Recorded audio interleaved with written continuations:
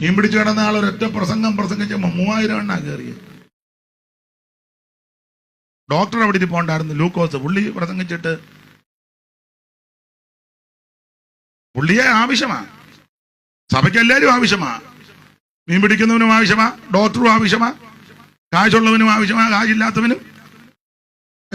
എല്ലാരും കൂടെ ഉള്ളതല്ലയോ?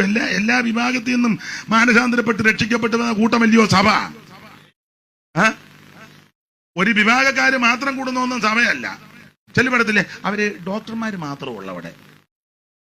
അത് ആശുപത്രി ആയിരിക്കും, സഭയൊന്നുമല്ല.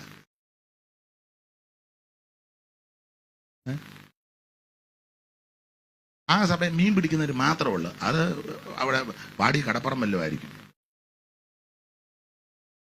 ആ സഭയിൽ അവിടെ വെളുത്തവര് മാത്രമേ ഉള്ളൂ, അത് ആയിപ്പന്മാരായിരിക്കും.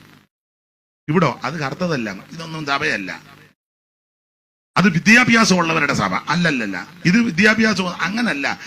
എല്ലാ വിഭാഗത്തിൽ നിന്നും മാനസാന്തരപ്പെട്ട് രക്ഷിക്കപ്പെട്ട് യേശുവിനെ ആമൻ ഉള്ളത്തിൽ ഏറ്റെടുത്ത് വരുന്ന ഒരു കൂട്ടം ആ സഭ.